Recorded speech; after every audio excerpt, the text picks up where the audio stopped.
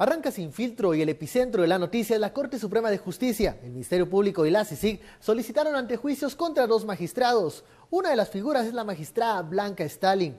Otro de los señalados es el magistrado Orellana Donis. Esto por recibir favores del abogado Roberto López Villatoro. El mismo López Villatoro está en el estudio para responder a esos señalamientos. Participe con el hashtag #ArdeLaCorte. A continuación, la nota del día.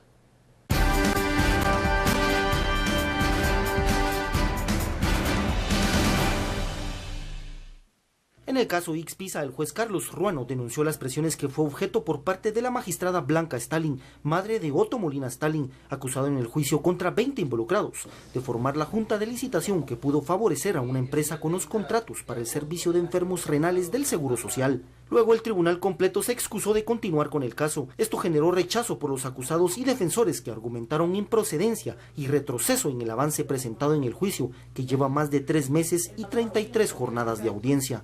El juez Carlos Ruano presentó una denuncia ante el Ministerio Público sobre la reunión que sostuvo en el despacho de la magistrada, que lo citó para pedirle una medida sustitutiva para su hijo. La Asociación de Jueces y Magistrados lamenta este tipo de acciones y buscará apoyo al juez Ruano para mantener la soberanía e independencia judicial. Se trata de proteger y que la independencia judicial y que ésta no sea vulnerable desde ningún sentido, sea interna o externamente. Y por otra parte, pues es un caso que se le debe de poner atención en cuanto a que se debe investigar la veracidad también de lo que él denuncia, porque se debe de mantener intacta esa independencia judicial en cualquier caso.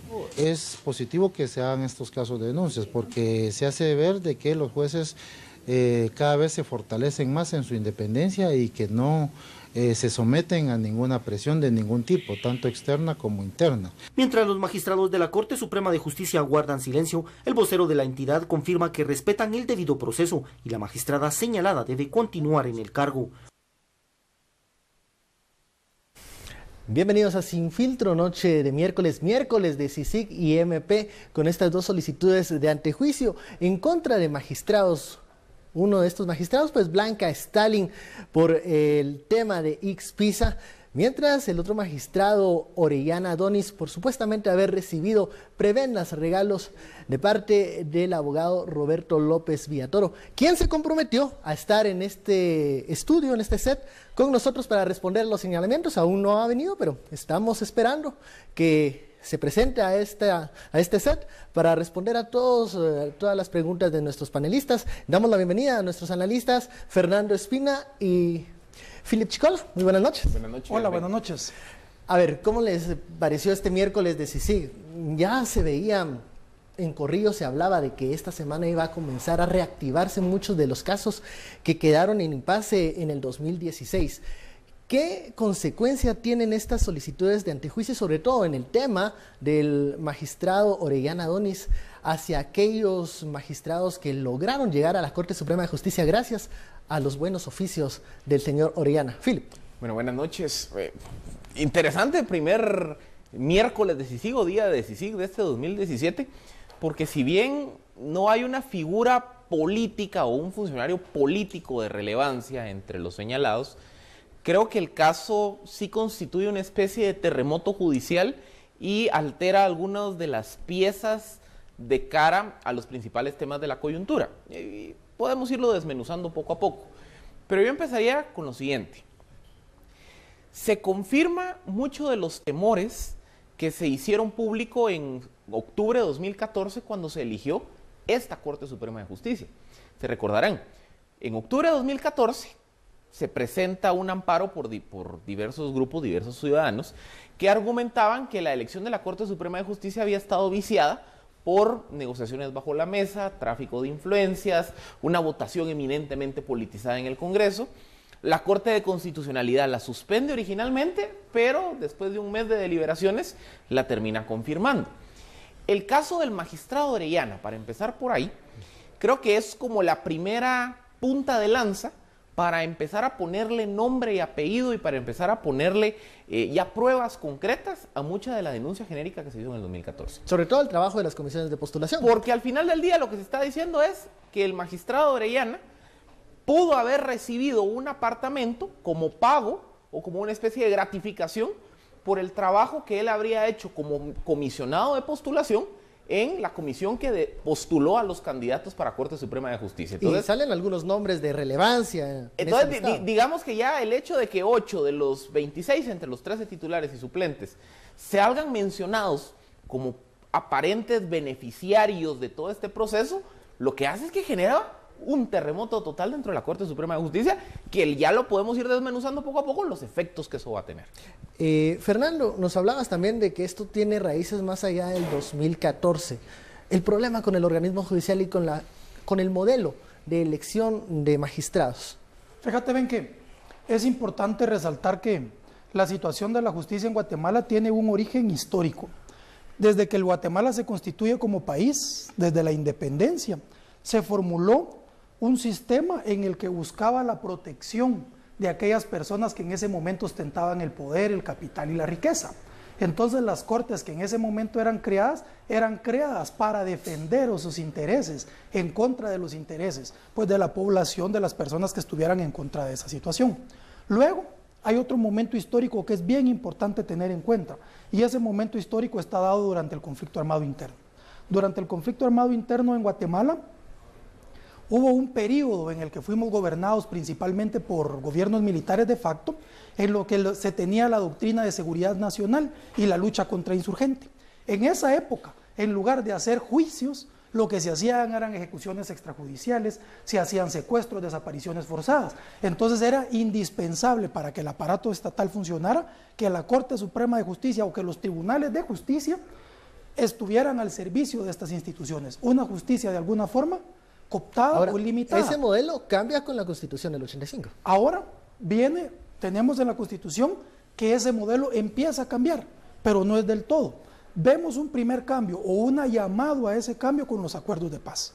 En los acuerdos de paz se hacía ver que para que en Guatemala pudiera haber paz se requería verdaderamente un Estado de Derecho. Y para que pudiera haber un Estado de Derecho, un requisito indispensable era tener un sistema judicial independiente. ¿Independiente de quién? Independiente del poder económico, independiente del Estado, independiente del Congreso y del presidente de la República, para poder juzgar aquellos casos en los que estaban involucrados militares, que uno pensaría, pero esos casos nada tienen que ver. Una respuesta: si Otto Pérez hubiera sido juzgado por los crímenes de guerra, nunca hubiera llegado a ser presidente. Si los cuerpos clandestinos y aparatos de seguridad se hubieran investigado como se debía, en estos momentos no estaríamos viviendo eso. Si hablamos de la idoneidad de los jueces, ¿qué pasó con el ejercicio de comisiones de postulación que buscaba crear contrapesos y una elección por méritos? Sí, yo sé que es larga la explicación y la historia, pero a eso voy. Terminamos entonces con que cuando se estaba viendo que el modelo que se había implementado en la Constitución no terminaba de dar esa independencia, en una reforma constitucional se plantea crear las comisiones de postulación. Y en esa época se pensó, bueno, ¿a quién escogemos? Busquemos a las personas más idóneas para que nombren a los jueces. Entonces escogieron a la Corte Suprema, escogieron a la Universidad de San Carlos, las universidades privadas, el Colegio de Abogados. Entonces ahí fue donde se vició las comisiones de postulación. ¿Por qué? Porque se empezó a ver cómo se llegaba para que en esas comisiones de postulación pasaran aquellas personas que estaban dispuestos a defender los intereses de quienes los postularan. Entonces había una doble negociación. Primero, el que quisiera ser magistrado de apelación o magistrado de la Corte Suprema de Justicia tenía que negociar con los comisionados y también tenía que ir a negociar con el Congreso.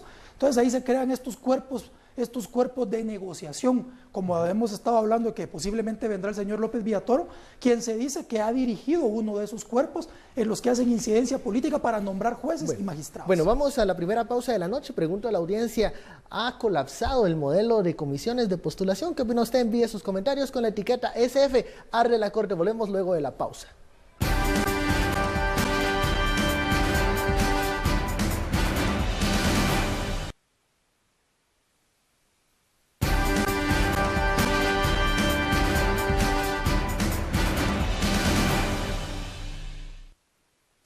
Regresamos a Sin Filtro, vamos directamente al sondeo que hemos lanzado en redes sociales, en la cuenta oficial de Guatevisión, en Twitter.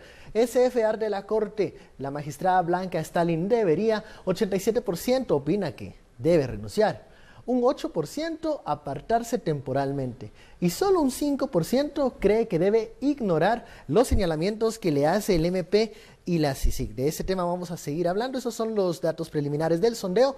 Ahora ahondaremos un poco en la figura de una de las piezas que se mencionan como claves en las negociaciones en las comisiones de postulación. Estamos hablando del abogado Roberto López Villatoro. ¿Qué significa la figura del llamado rey del tenis? Vean, ¿Lo estamos magnificando? O sea, es que vean... hay que verlo en sus justas dimensiones. La figura de Roberto López Villatoro empezó a cobrar relevancia desde tiempos del FRG. Él estuvo casado con Suri Ríos, por ende fue yerno de Efraín Ríos Montt. Se recordarán que el FRG realizó un esfuerzo por capturar la Corte de Constitucionalidad con el objetivo de conseguir una resolución que permitiera a Efraín Ríos Montt participar como candidato presidencial. En ese proceso, el gran operador fue Roberto López Villatoro. Y él entendió muy bien la interconexión que existe en los procesos de elección de Corte Suprema de Justicia, de salas de apelaciones, de Ministerio Público, de Fiscal General, la interconexión con el Colegio de Abogados, la Universidad de San Carlos. Entonces, básicamente la interconexión, ¿qué es? Si yo logro obtener mayorías en el Colegio de Abogados, yo voy a tener una cuota de poder en todas las comisiones de postulación. Si yo tengo cuota de poder en las comisiones de postulación, voy a poder colocar X número de magistrados de apelaciones o magistrados de Corte Suprema de Justicia o incidir en la elección de fiscal general. Si yo controlo esas instituciones, puedo ir con los estudiantes de las universidades y ofrecerles plazas de trabajo. Y con esos estudiantes, una vez graduados, y los meto a mi grupo en el Colegio de Abogados y nutro esa red. Entonces se volvía como un círculo perfecto de corrupción e impunidad. Entonces Roberto López Villatoro lo que hacía es que él apoyaba candidatos para los diferentes cargos judiciales. Y conforme avanzaron los años, fue perfeccionando la operación de su estructura. O sea, no es el rey del organismo judicial, simplemente es un articulador de esfuerzos. Un articulador. Y les cuento algunas cosas que se hacía. Por ejemplo, por ahí del año 2008-2009, se denunció que López Villatoro había establecido un programa de becas a la Universidad de Sevilla que tenía como objetivo enviar a estudiar a los candidatos que iban a aspirar a los cargos de Corte Suprema de Justicia. ¿Para qué? Mejorarles el perfil. Hoy se conoce este caso, que es, bueno, el magistrado Orellana, que participa como postulador en una comisión, recibe aparentemente una dádiva por el trabajo que tuvo punteando a otros candidatos que pudieron haberse beneficiado de esa agrupación. Entonces, como les digo, era una maquinaria muy bien aceitada para básicamente identificar juristas, jóvenes, mandos medios y empezar a colocarlos en puestos claves de la Administración de Justicia y eventualmente capturar las instancias del Poder Judicial. Fernando, ¿qué significa la figura de López Villatoro para que nuestra audiencia entienda? ¿Es el único articulador o coordinador de esfuerzos dentro del organismo judicial para colocar a magistrados afines? ¿Hay más figuras?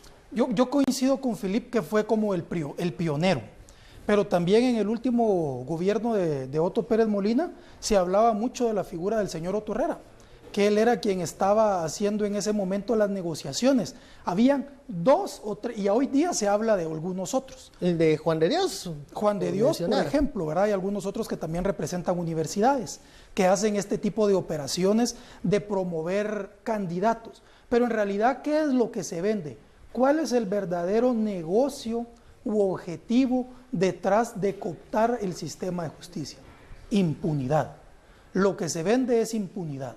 Estas personas hacen todo el trámite que nos estaba contando Philippe con el objetivo de poner magistrados y jueces que en algún momento les puedan decir, ¿sabes qué? Mira, no investigues este caso y te voy a apoyar. ¿Qué ejemplo más claro podemos poner que el de la magistrada Claudia, que denunció las presiones que recibía de parte de Woody Rivera y del abogado Vernon González para que tapara un proceso vinculado con Rosana Valdetti y que a cambio de eso le garantizaban su magistratura en la sala de apelaciones? Entonces, todo el objetivo que hay detrás del sistema de nombramiento de la fiscal general, de nombramiento de la Corte Suprema de Justicia, de la Corte de Constitucionalidad, del Contralor General, es impunidad. O sea, poner personas que deban favores y al que uno le diga, mira, yo te puse ahí, entonces haceme un favor. Por eso esta Corte se le llamaba la Corte de la Impunidad, que supuestamente era un acuerdo político entre el Partido Patriota y el partido líder. ¿Cómo se explica que la Corte de la Impunidad ha respondido, por ejemplo, a algunos requerimientos de CICIG? Bueno, porque yo sí creo que la Corte Suprema de Justicia entendió muy bien los cambios de viento en el 2015. Pero específicamente yo creo que hay un caso que, a mi parecer, hizo que las cosas viraran, que fue el caso Bufete de la Impunidad, que fue la primera vez que el nombre de Blanca Stalin salió mencionado en las escuchas telefónicas. Los miembros de la línea decían, no te preocupes, yo tengo el contacto ahí con las juezas Stalin, que no sé qué, etcétera, etcétera. Por ese caso nunca se encausó a la hoy magistrada. Pero el caso Bufete de la Impunidad lo que hizo fue evidenciar que habían estructuras de abogados que se coaligaban con jueces para generar resoluciones de impunidad. Y así es como yo creo que la Corte Suprema le dijo, aquí mejor no nos echemos mucho color, porque nos va a pasar lo mismo que a la jueza Marta Stalin, que por cierto es la concuña de Doña Blanca, lo que le pasó a Gisela Reynoso y demás. Pero aparte, yo quería recordar una frase que se descubrió cuando fue la imputación de Douglas Cherchell, otro ex magistrado de esta Corte, que en un chat Roxana Valdetti le decía a otro interlocutor, ahora ya nadie se acuerda de quién los puso ahí. Esa frase es exactamente lo que dice Fernando. Es ese argumento de decir, hay que colocar gente en los puestos claves para que el día que yo tenga un problema judicial, ese día obtenga impunidad. Pero esas estructuras no solo para eso operaban, porque también esas estructuras servían para resolver otro tipo de casos civiles, casos familiares, conflictos por propiedades. Entonces termina volviendo un tema no solo de impunidad, sino también de vender la justicia al mejor postor. Si yo controlo jueces y hay un caso judicial privado entre Benque y Fernando, yo puedo decir, bueno, pues yo puedo resolver. Ajá, y el que me dé más, a él le resuelven. Entonces termina generando ese círculo vicioso donde la red genera impunidad, se nutre de recursos y esos recursos sirven para financiar toda esa maquinaria, esa estructura que la discutíamos hace unos minutos. Otra cosa que yo veo detrás de por qué esta Corte pudo también de pronto atender a cosas de CICIG, primero, se vieron desnudos y descubiertos tras las declaraciones de la magistrada denunciando el proceso viciado de nombramiento de magistrados de Corte de Apelaciones y de Corte Suprema. Luego, ninguno de los dos partidos que los habían llevado a ellos ahí, a muchos, no a todos, que los habían llevado a muchos, llegó a la presidencia. El Patriota se desarticuló. Líder está reducido a su mínima expresión. Se redujo a su mínima expresión. Entonces, ¿qué fue lo que pasó? Que muchos de los diputados de esos dos partidos pasaron a otra estructura. Y entonces ahora siguen ellos tratando de pedirle a la Corte que se mueva de alguna u otra forma. Eso es parte del proceso de recomposición de las estructuras mafiosas que vimos para finalizar el año pasado, donde ahora, después de un año donde no tuvieron control de todo, el partido de gobierno tiene el control nuevamente, por decirlo de alguna forma, de los tres organismos de Estado. Entonces la Corte Suprema en ese momento dijo, bueno, nosotros demostremos que somos independientes de todo y empecemos por nombrar presidentes de alguna forma que no tuvieran tachas. Entonces tuvimos el primer presidente Baquiash, el segundo presidente Ragnulfo Rojas, ¿verdad? Hasta que llegamos en este año a la presidencia de la magistrada Valdés, que es donde estamos hablando de recomposición de estructuras. Bueno, vamos al segundo corte de la noche. Al regresar vamos a conversar sobre ese audio de la magistrada Blanca Stalin con el juez Ruano, en donde le solicita, como magistrada y como madre, que ayude a su hijo en el proceso de Ixpisa. Regresamos luego de la pausa.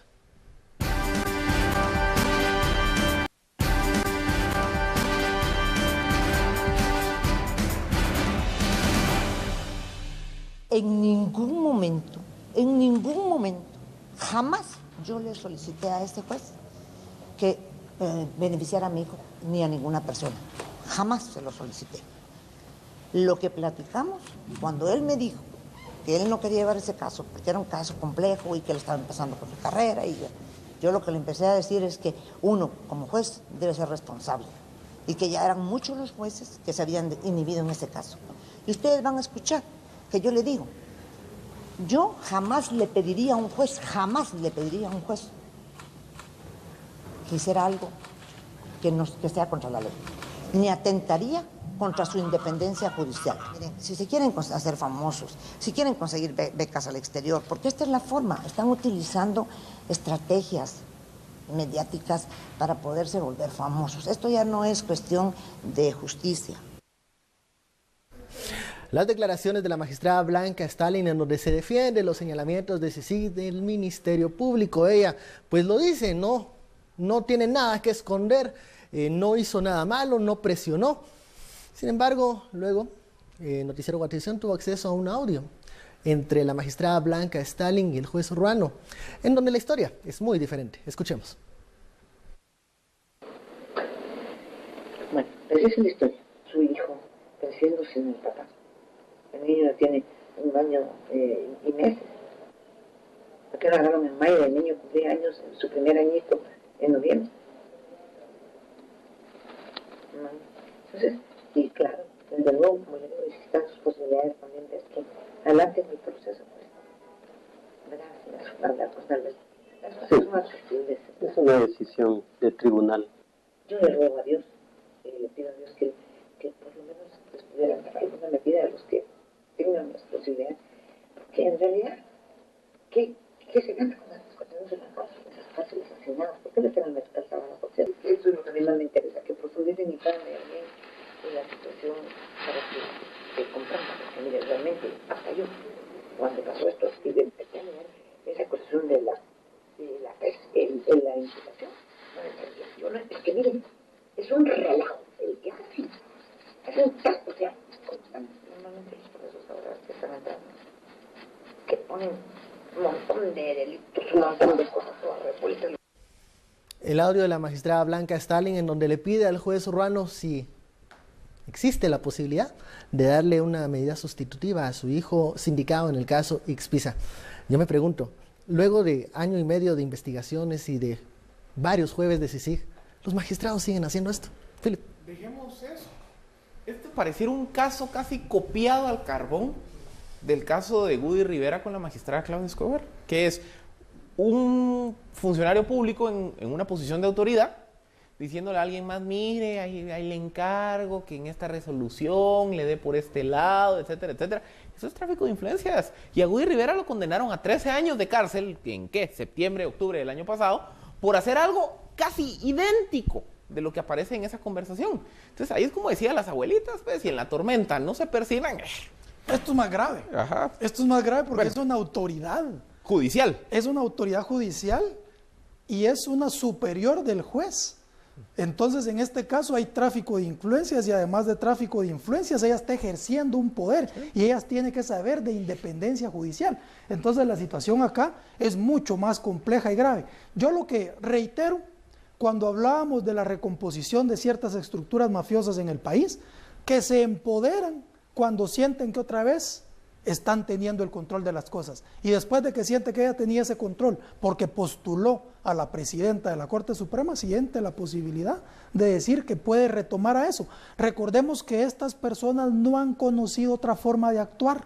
Para ellos, la justicia no se hace a través de dar a cada quien lo que corresponde y de cumplir las leyes, sino que se hace a través de tráfico de influencias y del mejor pago, del mejor postor. Entonces creen que ese es el camino. Y sobre la narrativa de defensa que está utilizando la magistrada Blanca Stalin al decir o al culpar al juez Ruano de protagonismo, de buscar una beca en el extranjero, de querer protagonizar la próxima novela de CICIG.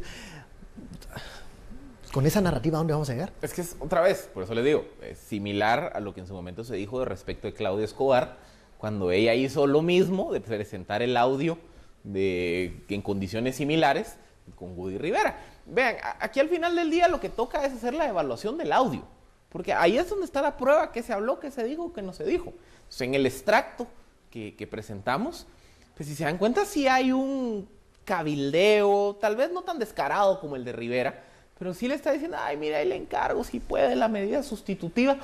Vean, ¿qué es lo complicado?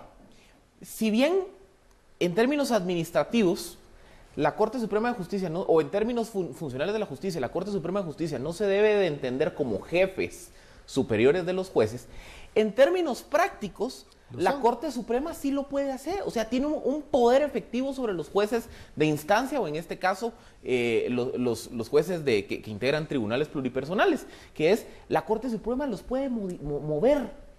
Y de esa forma sanciona, digamos, a aquellos que no se alinean. Exacto. Y favorece a otros. Otra vez, caso de Claudia Escobar. Cuando Claudia Escobar y compañía, porque fue un grupo de juezas, denunciaron el tráfico de influencias en la elección de las magistraturas del 2014, ¿qué hizo la Corte Suprema de Justicia? A ver, jueza, usted que impartía justicia en Guatemala, va a mandar a Petén. Usted que hacía en Santa Catarina Pinola, va a mandar a Huehuetenango. Entonces, la Corte Suprema sí tiene mecanismos para presionar a los jueces de primera instancia, en este caso al juez del tribunal. Entonces, ¿qué pasa? El juez se va a sentar ante una autoridad de la Corte Suprema, inmediatamente, automáticamente, ya hay una autoridad, ahí hay una posición desigual de poder. Temor reverencial. La magistrada tiene la capacidad de incidir en el destino laboral del juez de instancia. Entonces, ahí de entrada ya se generan las precondiciones para un abuso de autoridad. Y como luego está utilizando esa posición de autoridad para obtener un beneficio indebido, es que esa es la clave. ¿Cuál es el beneficio indebido aquí? Que se está tratando de obtener una resolución o un beneficio para alguien que está siendo sujeto de un proceso. Es que el juez tiene la facultad de otorgar o no medidas sustitutivas, pero si hay una autoridad diciéndole, mira, ahí le encargo, ahí esa facultad se vuelve indebida. Bueno, Guatevisión tuvo acceso al audio íntegro del juez Urrano. En una parte, la magistrada sí dice, mire, yo no le voy a pedir nada ilegal, pero le cuento que mi hijo no ha visto a su bebé. Le cuento que mi hijo está hacinado en Mariscal Zavala. Le cuento que es mejor tener a un culpable libre que a un inocente condenado. O sea, ese discurso narrativo que utiliza Blanca Stalin, que no es ninguna novata, que ha estado en posiciones de poder, en posiciones del organismo judicial importantes en años anteriores. Fue directora de la Defensa Pública, claro, durante muchos años. Entonces no puede alegar que no conocía lo que estaba haciendo desde el momento en que estaba conversando de ese tema con el juez Urrano. Sí, yo recalco lo que dice Filip. Uno de los objetivos que ha tenido, de lo que se venía hablando desde los acuerdos de paz, que cumplieron 20 años en diciembre, era de la independencia judicial y de la separación de las funciones judiciales de las funciones administrativas. Porque ¿qué es lo que pasa? Una autoridad, la Corte Suprema de Justicia, el presidente y el pleno, tienen la facultad de mandarle al juez que no está haciendo lo que ellos quieran a la supervisión de tribunales cada 2 minutos. Tienen la capacidad de evaluar su desempeño, de asignarle o dejarle de asignar casos, y con eso los están castigando o de moverlos de tribunal. Entonces, ella, al haber dicho lo que dijo y luego sentirse defendida y no tener un argumento válido, lo que hace es tratar de desacreditar a la persona del juez. Entonces ahora, esto es una cosa muy importante, que nosotros debemos como ciudadanos respaldar e incentivar a aquellos jueces honestos, que los hay, para que sigan denunciando todas esas cosas que pasan. Ahora, si no hubiera pasado lo que pasó con Claudia Escobar, si no se hubiera dado con lo que pasó con el juez Urrano, no conoceríamos esta situación. Es pública, la sabemos, pero no se pudiera juzgar. Estas interioridades de que se hablaban en corridos, pero que nunca existía una prueba tangible. Es que, ¿saben qué es lo que pasa? Yo creo que un caso como este, como el de Claudia Escobar, contribuye a generar, podríamos decir, una cultura de denuncia. Porque realmente la impunidad se empieza combatiendo cuando hay alguien con la valentía de salir a decir, mire, a mí me hicieron tal cosa, a mí me están obligando a que haga tal otra, o mire, yo pude atestiguar tal comportamiento indebido. Entonces, el primer paso para romper el aparato de impunidad es que haya guatemaltecos valientes que estén dispuestos, por ejemplo, en este caso del juez, a enfrentarse a una autoridad superior y decirle, no, yo no voy a resolver lo que usted me está pidiendo, porque usted me está pidiendo algo indebido. Y no solo no le voy a hacer caso, como es indebido lo que usted está haciendo, la voy a ir a denunciar. Y sobre esa denuncia, pues ya es trabajo de las instituciones judiciales, del Ministerio Público, CICIG, empezar con la investigación. Pero si no hay denuncia, no se puede hacer nada. Si no hubiera habido denuncia de Claudia Escobar, Guy Rivera no estaría en la cárcel. Si no hubiera habido denuncia del juez Ruano, no se estaría iniciando este proceso. Entonces, todo tiene que empezar desde la base. Y ahí sí creo que casos como este deberían también de fortalecer el otro lado de la moneda, que es el trabajo que cada uno de nosotros puede hacer en nuestros respectivos espacios de denunciar los actos de corrupción, los actos de impunidad. Ahora, el resultado luego de la conferencia de prensa de la magistrada Blanca Stalin es que ni se retira temporalmente ni renuncia. ¿Qué alternativas entonces quedan? Seguir con el proceso de antejuicio y que por las malas salga de la corte. Ella no va a aceptar otra forma. Ella no va a aceptar otra forma. Ya vimos en una primera ocasión que se le vinculó que lo que hizo fue pedir un permiso temporal para resolver la situación. Como el proceso no continuó, volvió a tomar la O sea, no la ves tomando el camino de Vladimir Aguilar, para por nada. ejemplo. Ella se va a mantener en la estructura y va a mantener el discurso de que ella es impoluta, que ella está limpia y que no tiene nada que temer. Entonces va a permitir que se nombre el juez pesquisidor, que se haga la investigación en su contra y que se declare el antejuicio. Y no va a renunciar, a menos que sea... Ahora, en el caso... Y otra cosita, rapidita, que ahí es donde, otra vez, es que los paralelismos son bastantes. En el caso es de Claudia... un es un 2.0, pero en el caso de Claudia Escobar también se sentó un precedente favorable. Porque Woody Rivera, o mejor dicho, la defensa de Woody Rivera trató de desbaratar el caso argumentando que la grabación era ilegal. Y durante un tiempo la logró trabar, pero eventualmente el criterio de los jueces, y que entiendo que lo respaldó la Corte de Constitucionalidad, es que cualquier persona tiene el derecho de grabar una conversación en donde se pueda estar cometiendo un acto delictivo. Entonces, si en el marco de esa conversación el juez sintió que la independencia judicial se podía ver afectada o que podía existir posibilidad de tráfico de influencias, él se estaba protegiendo con la grabación. Entonces, eso automáticamente anula el argumento de que la grabación fue ilegal, etcétera, etcétera. Y esta, no se puede decir doctrina, pero este criterio de razonamiento de los jueces se aceptó en el caso Woody Rivera. Entonces, también creo que ese caso abre la puerta para que en teoría, avance con mayor celeridad. Ahora, en el caso de Blanca Stalin, el camino del antejuicio puede llegar, como pasó con el magistrado Charchala, al Congreso de la República. Y recordemos... Pero recordemos también una cosa, recordemos que también a Charchala el Congreso creo que en 3 semanas le levantó el antejuicio. O sea, en ese sentido también, si hacemos una comparación, los antejuicios que se van a la Suprema versus los antejuicios que se van al Congreso, sería interesante. ¿Se le terminan los aliados a Blanca Stalin en el Congreso de la República? Yo creo que sí. Donde tenía sus amistades. Totalmente, yo creo que sí. Y mi punto era que los antejuicios que se han ido al Congreso avanzan con mayor celeridad que los antejuicios de la Suprema. Pareciera paradójico, pero así ha sido. Y aquí viene también otro efecto, porque yo creo que ya podemos hablar de los efectos en el tablero de todo esto. El primer efecto lo vimos la semana pasada cuando hablábamos justamente del tema de antejuicios en la Suprema. Como hoy se está generando un terremoto sobre la Corte Suprema, que no nos extrañe que en los siguientes días empecemos a ver los antejuicios que no han avanzado contra algunos diputados en el Congreso, que empiecen a avanzar. Entonces, esto también empieza a desquebrajar un poco ese posible statu quo que había de decir, pues te voy a aguantar los antejuicios, porque ahora la Corte está en la picota, entonces no, aquí empezamos a sacar los antejuicios o nos vamos a echar más color. Claro. Entonces, eso creo que va a ser un efecto, y ya lo vimos. Hoy la Corte Suprema de Justicia le levanta el antejuicio a Carlos López, diputado de Porquiché, y a Conrado Hidalgo, creo que es, diputado del Líder. Entonces, ¿me entienden? Aquí también esto es un tablerito de ajedrez donde haber pegado en la Corte genera ese efecto. Otro efecto. Y lástima que López Villatoro no vino. Porque lo estábamos esperando, todavía falta un bloque. Una cosa que yo le quería preguntar es, hay elección de junta directiva del Colegio de Abogados ahorita a principios de febrero.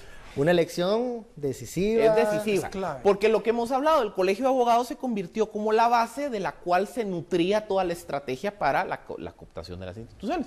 Entonces, una pregunta interesante hubiera dicho, a ver, usted que se ha vanagloriado de que respalda magistrados, grupos en el colegio, ¿a quién respalda ahorita? Interesante pregunta. Bueno, vamos a una pausa. Lanzamos esa pregunta al aire. Si nos está escuchando don Roberto López Villatoro, ¿a quién respalda ahora? ¿Por qué no ha venido? Volvemos luego de este corte. Regresamos a Sin Filtro. Vamos con las inquietudes que los seguidores en redes sociales envían con la etiqueta SF Arde la Corte. Son preguntas que alimentan este foro. Nos dice Julio, lo de la señora Stalin no es nada nuevo, o se ha olvidado su oscuro pasado en la Defensoría Pública. Ahora es peor. La hoja de vida de Blanca Stalin, desde su gestión en la Defensoría Pública y luego ya como magistrada, ¿qué luces nos puede dar de eso? Algunos señalamientos o sus conexiones con el Congreso de la República, en donde era muy bien vista en ese entonces. ¿Qué trabajo se puede rescatar de Blanca Stalin de la Defensoría? ¿O qué lagunas, qué pendientes dejó ahí y que ahora están en la Corte más alta del país? Yo creo que es una pregunta bien compleja y que yo te diría, lo que yo me atrevo a decir es que la hoy magistrada Blanca Stalin ha estado tradicionalmente ligada con grupos que tienen intereses en el sector justicia.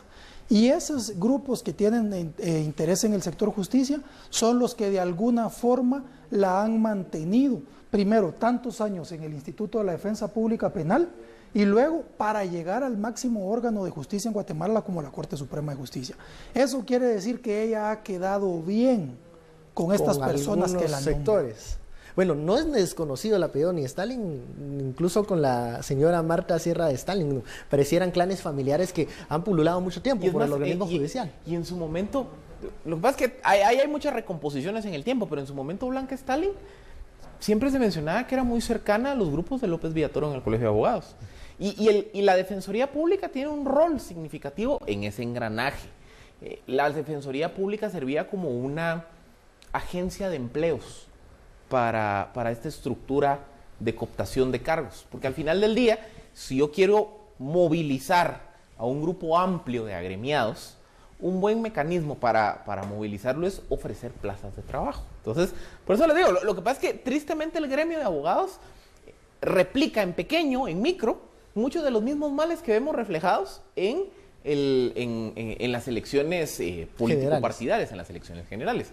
Pero quizá hay otro dato también que hay que mencionar respecto de los efectos de esto.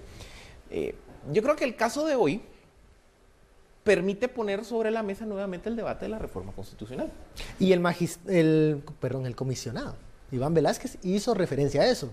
Porque vean, o sea, al final del día estamos viendo que el problema originario de este caso, de estos casos en general, es el modelo de las comisiones de postulación. Y el modelo sencillamente, no sé cuál va a ser el resultado de la encuesta, el modelo se agotó. Tenía una lógica en los 80s, simplemente se agotó hoy por hoy. Entonces hay que plantear otras alternativas. Y ahí es donde la experiencia internacional indica que la mejor alternativa es un sistema de carrera judicial. Porque no es sano que cada 4 o 5 años estemos eligiendo a los jueces, que el Congreso pues meta las manos en quién sube, quién no, etcétera, etcétera.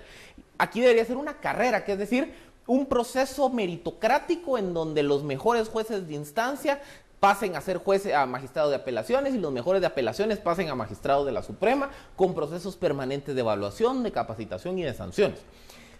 ¿Cómo evitar la posible cooptación de estos sectores que pudieran llegar a la carrera judicial? Es que, el problema de todo sistema de carrera judicial es que se necesita una autoridad que supervise procesos. El proceso de evaluación, el proceso de sanción, el proceso de capacitación, el proceso de ingresos. Y eso es lo que en la propuesta de reforma constitucional es el Consejo Nacional de Justicia. Entonces, ese diseño del Consejo Nacional de Justicia se tiene que hacer muy cuidadosamente, porque ahora ya no va a ser la comisión de postulación la que elija. Ahora va a ser un consejo que igual no va a elegir a los jueces, pero va a definir los lineamientos que van a servir para que el modelo opere. Entonces, el diseño de ese consejo hay que hacerlo con pinzas. A mí algo que no me gusta de la propuesta como quedó es que se le dé un asiento al Ejecutivo y uno al Congreso en ese consejo. Eso no debería estar ahí. Es volver a lo mismo. Es peor el remedio. Entonces, que la enfermedad. Esa parte del consejo, a mí me gusta el concepto, lo que pasa es que hay que limarle un poquito las esquinas, hay ¿verdad? que pulirlo. Yo quiero hacer referencia a dos cosas muy puntuales para que nuestros televidentes vean la importancia de la reforma constitucional. El artículo 215 de la Constitución Política de la República dice que los magistrados serán nombrados por una comisión de postulación, y escuchen ustedes quiénes la integran. Un representante de los rectores de las universidades que lo preside. Escuchen, los decanos de las facultades de Derecho o Ciencias Jurídicas de cada universidad, un número equivalente de representantes electos por la Asamblea del Colegio de Abogados y Notarios de Guatemala, y por igual número de representantes de los magistrados de la Corte de Apelaciones y demás tribunales. Miren las consecuencias que esto ha tenido.